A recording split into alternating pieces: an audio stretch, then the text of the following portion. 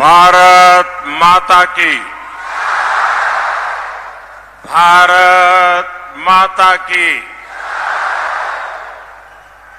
उत्तरा कन्नಡ ಮತ್ತು ಧಾರವಾಡದ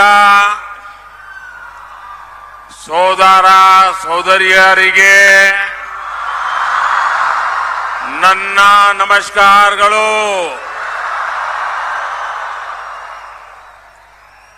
मैं श्री सिरसी मिरांकाबा श्री महाबालेश्वर स्वामी श्री वादिराजा तीर्थ और श्री सिद्धारूढ़ मठ को भी श्रद्धा पूर्वक नमन करता हूं। अच्छा, पहले आप लोग मुझे, मैं हिंदी बोलूंगा तो चलेगा ना? कोई इंटरप्रिटेशन की आवश्यकता नहीं है ना? चलिए, आपके आशीर्वाद है। अच्छा, ये मुझे बताइए, ये चुनाव सभा है कि विजय सभा है?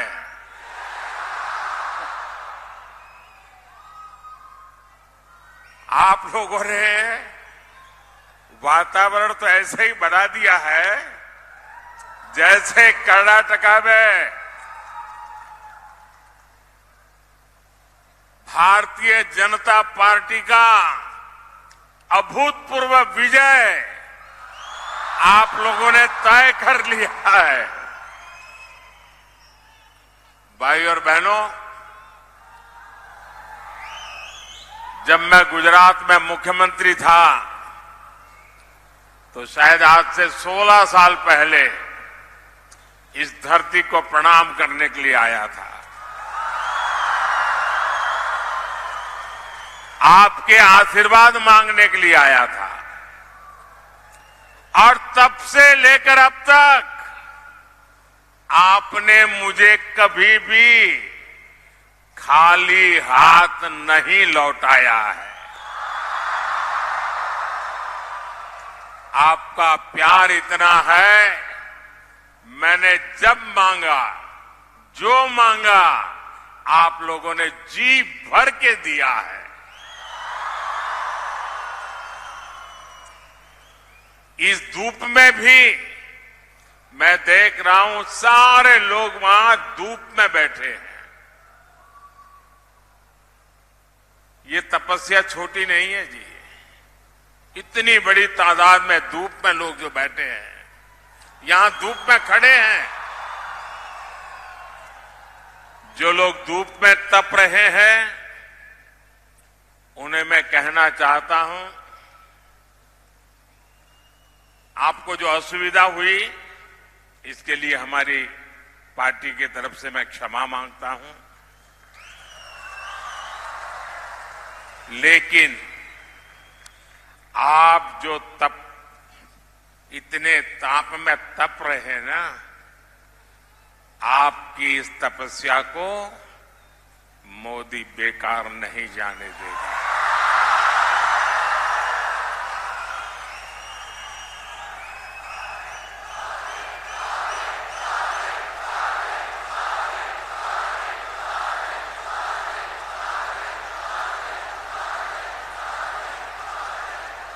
आप जो ये तपस्या कर रहे हैं, मैं विकास करके आपको अवश्य लौटाऊंगा। भाइयों और बहनों, आज मैं आप सभी से विकसित कर्नाटका के लिए, विकसित भारत के लिए आप सबका, पूरे कर्नाटका का आशीर्वाद मांगने के लिए आया हूं।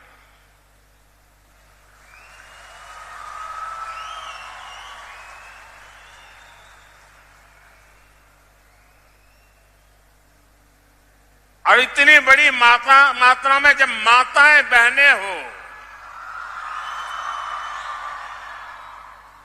जब इतना उमंग और उत्साह हो,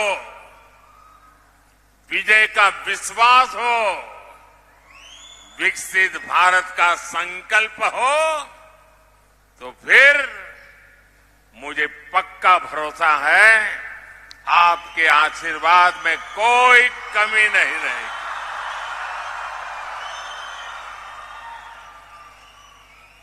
और मैं देख रहा हूं कि आप उत्तर कन्नड़ा से मेरे बहुत पुराने साथी विश्वेश्वर हेगड़े जी और धारवाड़ से मेरे संसद के साथी, सरकार के साथी भाई प्रहलाद जोशी जी को रिकॉर्ड वोट से जिताने का संकल्प ले चुके हैं। ये जो आपका जोश नजर आ रहा है, ये आपका जो उत्साह नजर आ रहा है, पूरा कर्नाटका एक ही स्वर से बोल रहा है।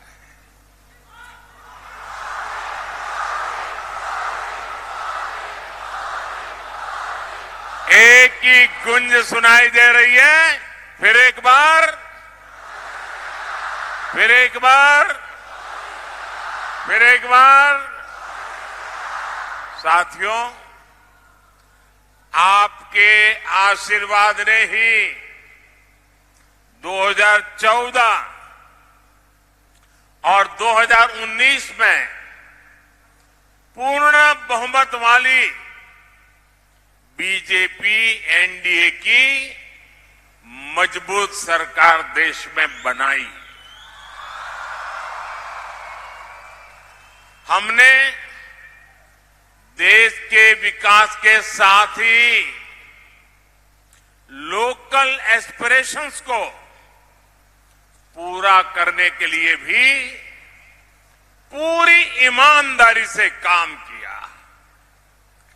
यहां उत्तर कन्नड़ा में घर, बिजली, पानी जैसी योजनाओं पर एनडीए सरकार ने बहुत काम किया है। हमारे मछुआरे भाई बहनों के लिए भी इतना बड़ा पोर्ट बन रहा है। बीजेपी के प्रयासों का नतीजा है इस क्षेत्र को धारवाड़ आईआईटी मिला है, बड़ा आधुनिक रेलवे स्टेशन मिला है। बीजेपी सरकार विकास भी, विरासत भी इस मंत्र को लेकर चलती है। साथियों, जब मजबूत सरकार होती है, पूर्ण बहुमत वाली स्थिर सरकार होती है, तो दुनिया भी उस पर भरोसा करती है।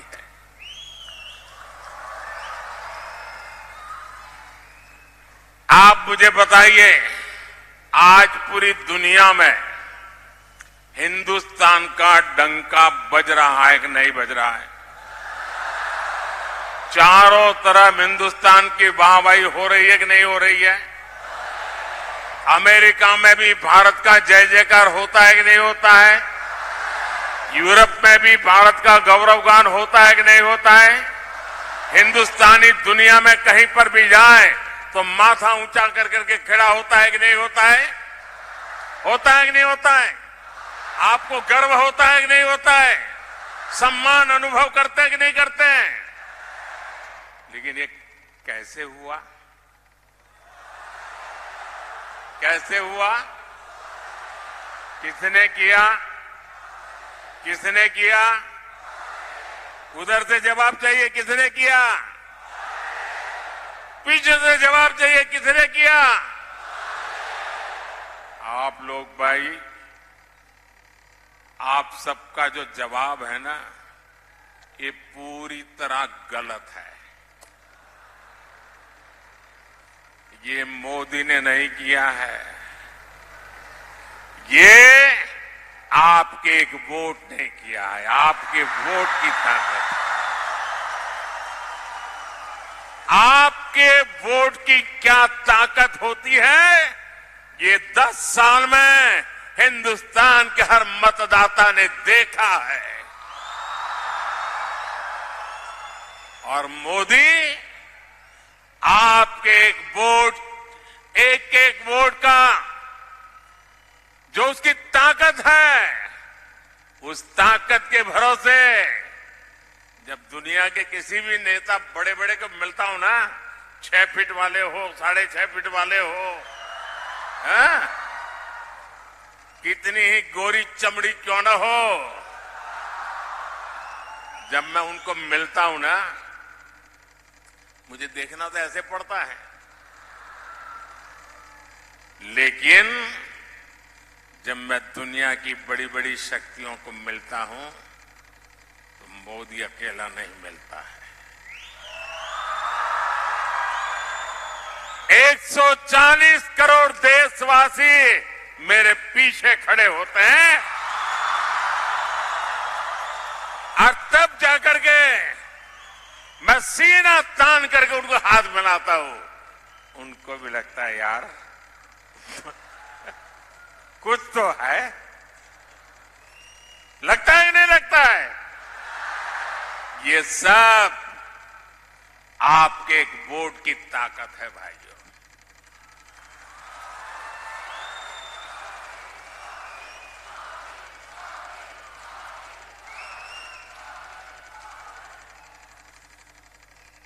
अयोध्या में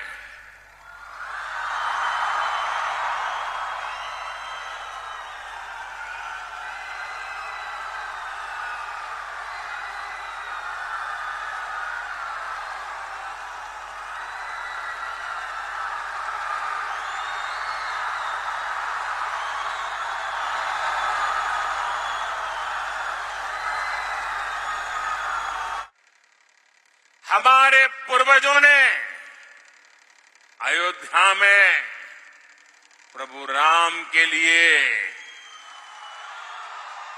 500 साल तक लड़ाई लड़ी। 500 साल छोटा कालखंड नहीं है। लाखों लोग मौत के घाट उतार दिए गए। देश आजाद होने के दूसरे ही दिन प्रभु राम का मंदिर बनाने का निर्णय होना चाहिए था, नहीं होना चाहिए था। दूसरे ही दिन ये काम होना चाहिए था, नहीं होना चाहिए था, लेकिन उन्होंने नहीं किया। साथियों, ऐसा काम करने के लिए 56 इंच का सीना लगता है।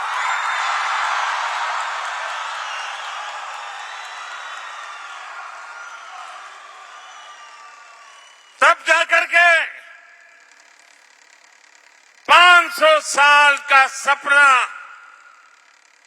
500 साल का इंतजार समाप्त होता है। लेकिन ये तब होता है जब आपके वोट की ताकत मिलती है।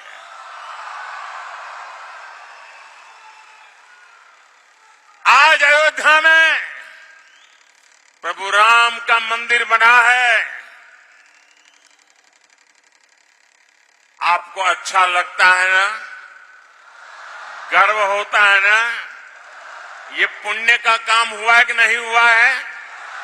ये पवित्र काम हुआ है कि नहीं हुआ है? मुझे बताइए, इस पुण्य के हकदार कौन है? इस पुण्य के हकदार कौन है? इसके पुण्य के हकदार आप है, जिन्होंने एक वोट देकर के मजबूत सरकार बनाई है।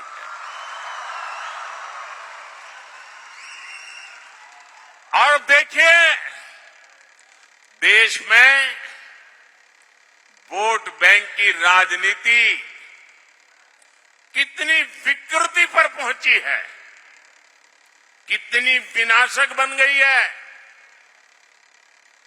कि 500 साल के संघर्ष के बाद देश के सुप्रीम कोर्ट के निर्णय के बाद देश के कोटि कोटि जन, किसी ने 5 रुपया, किसी ने 11 रुपया, किसी ने 100 रुपया, किसी ने 1000 रुपया, किसी ने लाख रुपया, आप सबने दान दे करके प्रभु राम का मंदिर बनाया है। ये प्रभु राम का मंदिर सरकारी खजाने से नहीं बना है। ये प्रभु राम का मंदिर टैक्स पेयर के पैसों से नहीं बना है। ये हिंदुस्तान के राम भक्तों के जेब से निकले हुए पैसों से बना है, आपके पैसों से बना हुआ है। और जब अब आपको पता है, देश आजाद होने के बाद इन्होंने राम मंदिर न बने इसके लिए सब कुछ कोशिश की, आखिरी दिन तक अदालत में भी गए और 2019 में तो यहां तक कह दिया कि ये केस अभी चलना नहीं चाहिए वरना मोदी को चुनाव में फायदा हो जाएगा, ऐसा कोर्ट में कहा। कांग्रेस पार्टी और उनके सारे चट्टे बट्टे राम मंदिर को रोकने के लिए 70 साल तक कोशिश करते रहे। उसके बावजूद भी ये राम मंदिर के जो ट्रस्टी हैं वो सब भूल करके, उनके सारे पापों को भूल करके, उनके सारे गुनाहों को भूल करके उनके घर गए। घर जाकर के सम्मान पूर्वक प्रभु राम की प्राण प्रतिष्ठा में कार्यक्रम में आने के लिए निमंत्रण दिया। कि कितना बड़ा मन है, निमंत्रण दिया। और इन्होंने क्या किया? प्रभु राम के प्राण प्रतिष्ठा के निमंत्रण को इन्होंने ठुकरा दिया। मेरे भाइयों बहनों, जिन्होंने रामलला का अपमान किया है, जिन्होंने निमंत्रण को ठुकरा दिया है, देश ऐसे लोगों को ठुकराएगा कि नहीं ठुकराएगा? कर्नाटका ठुकराएगा कि नहीं ठुकराएगा? आप लोग ठुकराएंगे कि नहीं ठुकराएंगे? और दूसरी तरफ कमाल देखिए, एक तरफ वोट बैंक के भूखे लोगों ने राम मंदिर का इतना बड़ा अपमान कर दिया, तो दूसरी तरफ अयोध्या में एक अंसारी परिवार है, शायद इकबाल अंसारी, उनका पूरा परिवार 2-2, 3-3 पीढ़ी से राम मंदिर के खिलाफ अदालत में केस लड़ रहा था। और उसका कहना था कि बाबरी मस्जिद है, यहां राम मंदिर नहीं बनना चाहिए। 3-3 पीढ़ी अदालत में लड़ती रही, लेकिन जिस दिन सुप्रीम कोर्ट ने निर्णय किया तो उन्होंने कहा अदालत का निर्णय मेरे सर आंखों पर है। इतना ही नहीं, वो जीवन भर, उनके पिताजी भी जीवन भर अदालत में लड़ते थे, लेकिन जब राम जन्मभूमि के ट्रस्टियों ने उनको भी निमंत्रण दिया, कांग्रेस और उसके चट्टे बट्टों ने तो निमंत्रण को ठुकरा दिया। लेकिन ये अंसारी परिवार देखिए, ये अंसारी मुसलमान होने के बावजूद भी राम मंदिर प्राण प्रतिष्ठा में गए, पूरा समय बैठे, और इतना ही नहीं, उनका जो गनमैन था वो हिंदू था, तो उन्होंने गनमैन को एक लकड़ी की छोटा बना हुआ राम मंदिर की प्रतिकृति उसको भेंट में सौगात में दी। ये फर्क होता है भाइयों बहनों।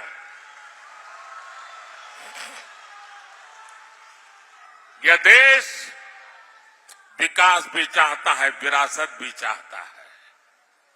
और अब देखिए, बीजेपी सरकार ने ही आयुर्वेद को लेकर पूरी दुनिया में प्रचार प्रसार किया है। हमारी सरकार बनने के बाद हमने अलग आयुष मंत्रालय बनाया है। आपकी सिरसी सुपारी को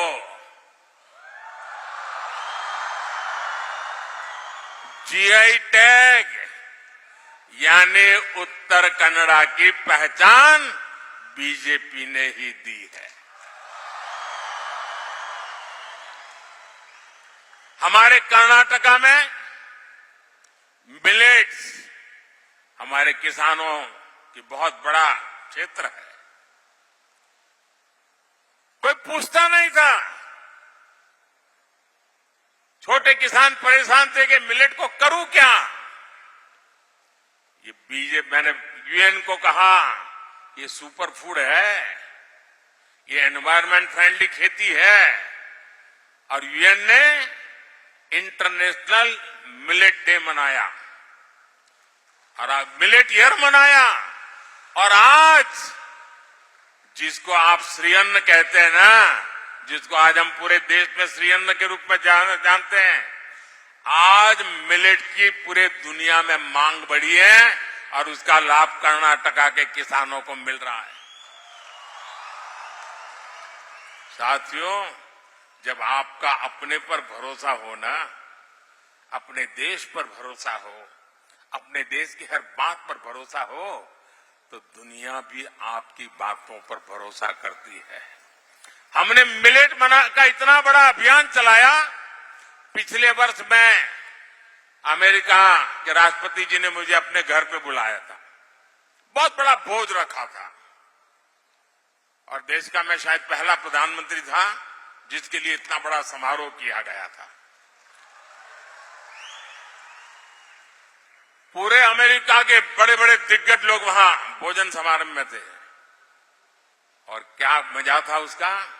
हर एक के टेबल पर ये हमारा जो मिलेट्स है ना, उसकी चीजें बना करके परोसी गई थी। ये सुनते हैं तो आपको गर्व होता है कि नहीं होता है। कन्नड़ा के खेत में पैदा हुआ मिलेट अमेरिका के व्हाइट हाउस में टेबल पर जब परोसा जाता है, कौन कन्नड़ा के व्यक्ति होगा जिसको गर्व नहीं होगा। साथियों, बीजेपी सरकार इस क्षेत्र की फिशरमैन कम्युनिटी के विकास के लिए भी कमिटेड है। हमारी सरकार है जिसमें फिशरमैन के लिए अलग मंत्रालय बनाया गया। आजादी के इतने साल के बाद पहली बार फिशरमैन के लिए किसान क्रेडिट कार्ड की सुविधा बीजेपी ने दी। पहली बार 20,000 करोड़ की मत्स्य संपदा योजना बीजेपी ने बनाई। अब बीजेपी ने अपने मैनिफेस्टो में फिशरमैन के लिए प्रोडक्शन और प्रोसेसिंग क्लस्टर बनाने की घोषणा की है और इसका भी बड़ा लाभ हमारे जो मछुआरे भाई बहन हैं उस पूरे समाज को मिलने वाला है। साथियों, बीजेपी के प्रयासों से अलग यहां की कांग्रेस की सरकार कर्नाटका को तबाह करने में जुटी है। कांग्रेस क्राइम को कंट्रोल करने के बजाय एंटी सोशल और एंटी नेशनल माइंडसेट को बढ़ावा दे रही है। हुबली में कुछ दिन पहले हमारी एक बेटी के साथ जो हुआ, उसे देखकर पूरा देश चिंतित है। हर मां बाप को कर्नाटका में अपनी बेटी की चिंता सता रही है। किसके कारण? कांग्रेस के पाप के कारण।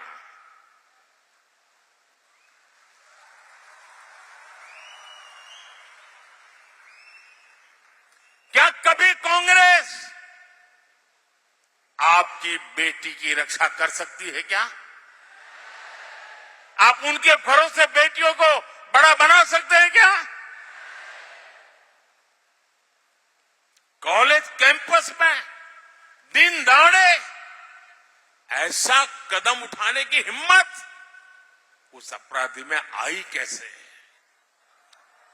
उन्हें पता है वोट बैंक के भूखे लोग कुछ दिन के बाद उनको बचा लेंगे, इसलिए ये पाप करने की हिम्मत आती है। भाई,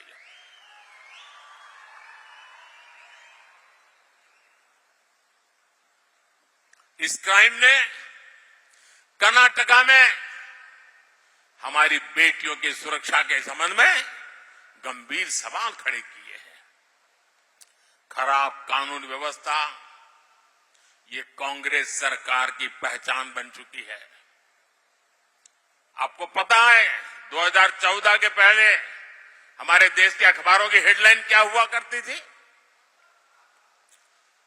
आज बेंगलुरु में बम धमाका हुआ, आज बेंगलुरु में बम धमाका हुआ, आज अयोध्या में बम धमाका हुआ, आज दिल्ली में बम धमाका हुआ, आज गांधीनगर में बम धमाका हुआ, आज सूरत में बम धमाका हुआ, आज मुंबई के अंदर ट्रेन में ब्लास्ट हो गया। ये खबरें आती थी कि नहीं आती थी? आती थी कि नहीं आती थी? 2014 के बाद ये खबरें खत्म हुई कि नहीं हुई? खत्म हुई कि नहीं हुई? देश के कोने कोने में बम धमाकों को रोक लगी कि नहीं लगी? लेकिन बेंगलुरु में इनके आते ही बम फोड़ते हैं आकर के आतंकी। बेंगलुरु हाईटेक सिटी, दुनिया में जिस बेंगलुरु का नाम, वहां पर एक काफे में बम फूटता है। भाइयों बहनों, और ये लोग बयान देते हैं क्या? गैस का सिलेंडर फटा है। अरे आपका दिमाग फटा है कि गैस का सिलेंडर फटा है?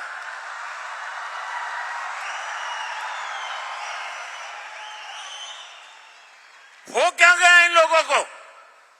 और जब मामला एनआईए के पास गया तब जाकर के बंगाल में जाकर के उनको दबोच कर ले आए हैं भाइयों। और जिसके पीछे जिन लोगों का नाम है, पीएफआई जैसे संगठन जिसको प्रतिबंध लगा है वायनाड में, ऐसे पीएफआई के संगठनों की मदद ली जाती है तो फिर उनका तूफान और बढ़ेगा कि नहीं बढ़ेगा? कांग्रेस ने जिस प्रकार वोट के लिए पीएफआई जैसे संगठनों की मदद दी है, उनसे सहाय ली है, और ऐसे ही कारणों से ऐसे लोगों की ताकत बढ़ जाती है भाइयों।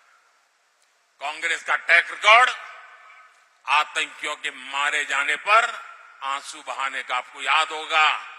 दिल्ली में आतंकी घटना घटी थी, कांग्रेस की एक नेता आंसू बहा रही थी कि आतंकी क्यों मारा गया। ये मैं नहीं कह रहा हूं, कांग्रेस के नेता कह रहे हैं। साथियों, बीजेपी का ट्रैक रिकॉर्ड है, हमने पीएफआई की कोई भी ताकत को प्रतिबंध लगा दिया, उसके बड़े बड़े शहंशाह जेलों में सड़ रहे। दोस्तों, एक जमाना था आए दिन पड़ोस में से आतंकी एक्सपोर्ट होते थे, हमारे देश के जवानों को मार करके भाग जाते थे। अब सर्जिकल स्ट्राइक होता है, और ये नया हिंदुस्तान है, ये घर में घुस के मारेगा।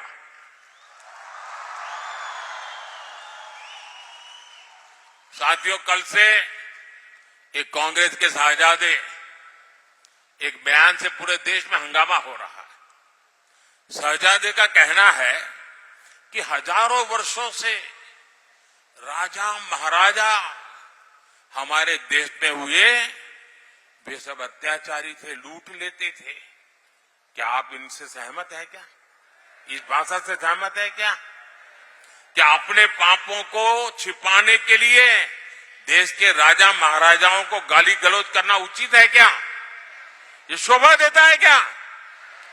कांग्रेस का ट्रैक रिकॉर्ड रहा है कि उसने भारतीय संस्कृति को नष्ट किया, भारत के इतिहास को सहित इतिहास नहीं रखा, उसको तोड़ा मरोड़ा है।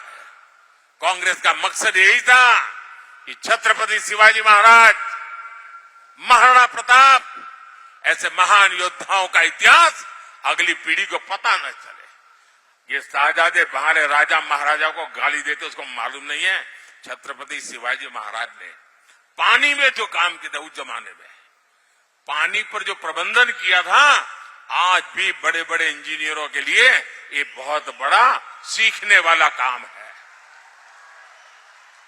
आपको तो सिर्फ इतना ही समझ आता है कि छत्रपति शिवाजी महाराज घोड़े पर बैठे। शिवाजी महाराज ने इतनी छोटी छोटी चीजों की चिंता की थी समाज की भलाई के लिए, आप उनको गालियां दे रहे हो। और उनके मुंह से किसी नवाब के लिए गाली सुनी भाई? किसी सुल्तान के लिए गाली सुनी क्या? किसी बादशाह के लिए गाली सुनी क्या? Vote bank. लोग पूछ रहे हैं कि कांग्रेस तुष्टीकरण के लिए और कितना पतन होगा, लोग पूछ रहे हैं। साथियों, इस क्षेत्र का भारत के इतिहास में बहुत ऊंचा स्थान है। यहां से कदम राजवंश ने लंबे समय तक शासन किया। कन्नड़ा भाषा की जो सेवा कदम राजवंश ने की है, क्या उसे कोई कन्नड़ी का भुला सकता है क्या? मैसूरू राजघराना वडियार राजवंश ने शिक्षा सहित हर सेक्टर में कितने ही काम किए हैं। अरे मैं गुजरात से आता हूं, मेरा गांव बड़ौदा गायकवाड़ स्टेट में हुआ करता था और बड़ौदा के महाराजा गायकवाड़, उन्होंने बाबा साहब आम्बेडकर की प्रतिभा को देखा था। बाबा साहब आम्बेडकर को बड़ौदा ले गए, बाबा साहब आम्बेडकर को अपने पास रखा और बाबा साहब आम्बेडकर को विदेश भेजने का पूरा प्रबंध महाराजा गायकवाड़ ने किया था और देश को बाबा साहब आम्बेडकर मिले थे। लेकिन भाइयों बहनों, ये हमारे राजा महाराजाओं का योगदान शहजादे को अत्याचारी लगता है? आप ऐसे लोगों को माफ कर सकते हो भाई? कर्नाटका सहित पूरा देश का इतिहास है जहां नवाबों ने, सुल्तानों ने, बादशाहों ने आम नागरिकों पर घोर जुल्म किया, अत्याचार किए हैं। ऐसे सुल्तानों ने हमारे मंदिरों को, हमारे तीर्थों को लूटा, उन्हें तबाह किया। लेकिन शाहजादे ने उनको तो क्लीन चिट दे दी और सभी राजाओं महाराजाओं को अत्याचारी घोषित कर दिया। देश को बांटने का कांग्रेस का प्रयास खतरनाक है साथियों, इनसे बचने की जरूरत है। भाइयों बहनों, आपने देखा होगा, अब ये शाहजादे कह रहे हैं वो चुनाव के बाद अगर सत्ता में आए, पूरे देश का एक्सरे करेंगे। एक्सरे, आपका एक्सरे होगा, आपके लॉकर का एक्सरे होगा, आपके घर का एक्सरे होगा, आपके खेत का एक्सरे होगा और वो ढूंढ के निकालेंगे किसके पास क्या है। और फिर अगर ज्यादा है तो हड़प कर लेंगे और उनकी जो वोट बैंक है उनको बांट देंगे। हमारी माताओं बहनों के पास स्त्री धन एक बहुत सम्माननीय संपत्ति होती है। माताओं बहनों का मंगलसूत्र उससे पवित्र और कुछ मानते नहीं है। ये उस पर नजर बिठाए बैठे हैं कि ये तुम्हारे पास है, क्या जरूरत है, लाओ। क्या ये पाप हम करने देंगे क्या? ये उन्होंने ठान के रखा हुआ है भाई बहनों। और जब मैं ऐसी चीजें खोल करके रखता हूं तो उनको लगता है अरे पकड़े गए, मोदी तो मार रहा है। अरे मारेगा नहीं तो क्या करेगा? माफ करेगा क्या? देश को तबाह करने के आपके तरीकों को मैं देशवासियों को नहीं बताऊंगा तो कौन बताएगा? और आपको पता होना चाहिए, मोदी मौज करने के लिए पैदा नहीं हुआ है।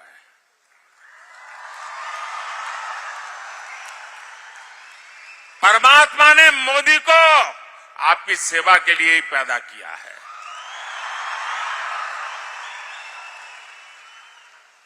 और आपका सपना ही मोदी का संकल्प है।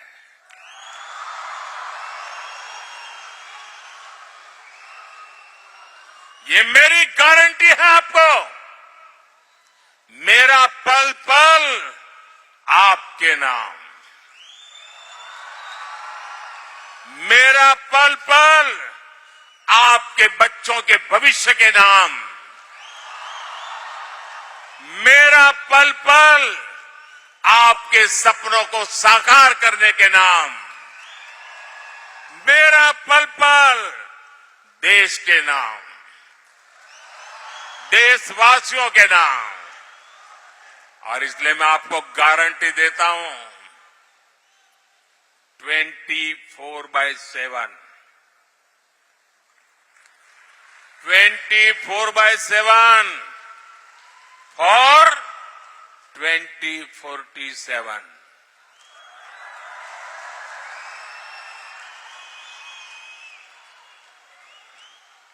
साथियों, कांग्रेस ने एक और खतरनाक इरादा, कर्नाटका के लोगों को सावधान रहना है।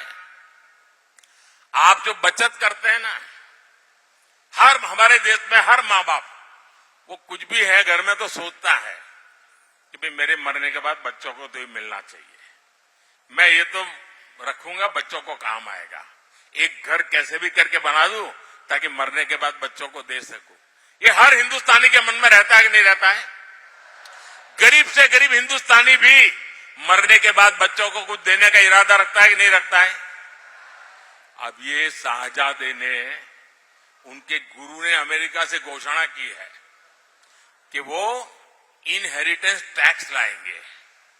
इसका मतलब है कि आपने जो बचाया है वो मरने के बाद आपके संतानों को नहीं जाएगा। आधे से ज्यादा 55%, 55% ये कांग्रेस की जमात, उनकी सरकार हड़प कर लेगी। आपकी आधी प्रॉपर्टी गई, 4 कमरे का घर है तो 2 कमरे गए, 10 एकड़ का खेत तो 5 एकड़ गया, आपके संतान को नहीं मिलेगा। और इसलिए देश चिंतित है, देश गुस्से में है और देश कह रहा है कांग्रेस की लूट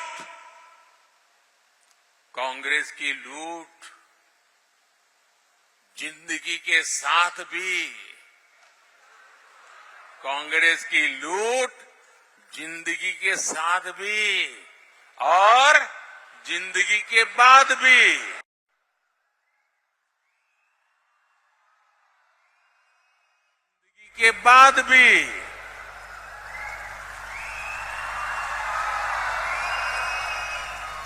भाइयों और बहनों, कांग्रेस ने अपने 6 दशकों के शासन में ट्राइबल समाज को पूरी तरह नजरअंदाज कर दिया। कांग्रेस ने आदिवासियों के लिए कभी अलग मंत्रालय नहीं बनाया। बीजेपी सरकार ने आदिवासी मंत्रालय भी बनाया और 10 सालों में विश्वास पैदा हुआ है। और अभी हमारे प्रहलाद जी वर्णन कर रहे थे, द्रौपदी मुर्मू जी पहली आदिवासी महिला देश की राष्ट्रपति बनी है, उसका भी वर्णन कर रहे थे। मैं कन्नड़ा थोड़ा थोड़ा समझ लेता हूं जी।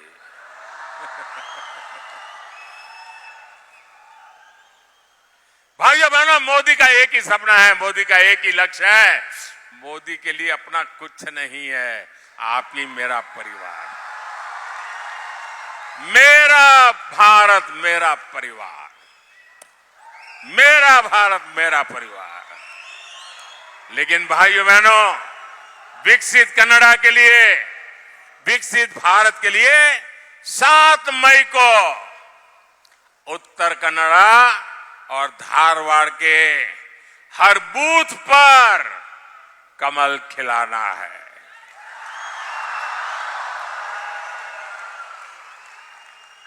और कमल के निशान पर आप बटन दबाएंगे ना, तो आप पक्का मान लेना आपको मोदी दिखाई देगा। आपके दिल में मोदी होगा, मन में मोदी होगा। और आप जब कमल पे बटन दबाएंगे ना, आपका वोट सीधा सीधा मोदी के पास जाएगा। और मोदी के लिए, मोदी को मजबूत बनाने के लिए ज्यादा से ज्यादा मतदान करवाएंगे, ज्यादा से ज्यादा मतदान करवाएंगे। कितनी ही गर्मी क्यों न हो के मतदान बढ़ेगा। 10 बजे के पहले सारा मतदान करा लोगे। शादी हो और काम हो, छुट्टी हो, कुछ भी हो, मतदान कराएंगे, पोलिंग बूथ को जीतेंगे। अच्छा, मेरा एक काम करोगे, देखिए मेरी बात आई तो आप तो ठंडे हो गए। ये मेरा पर्सनल काम है, बताओ करोगे?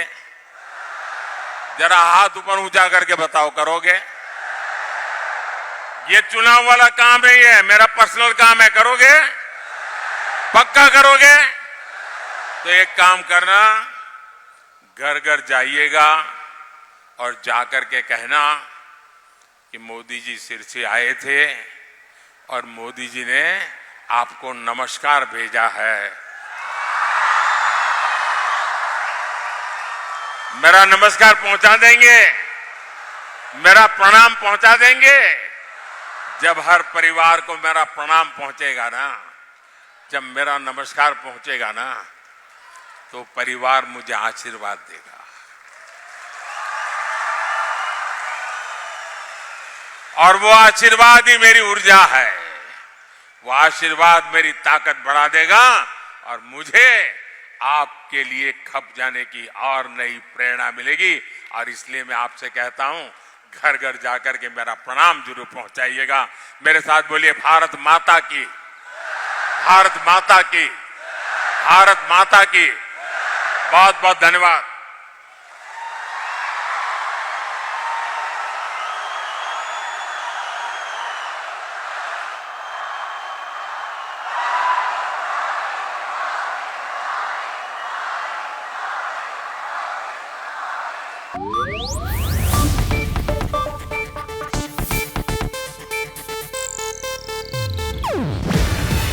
ಇದು ಏಷ್ಯಾನೆಟ್ ನ್ಯೂಸ್ ನೆಟ್ವರ್ಕ್ ಪ್ರಸ್ತುತಿ.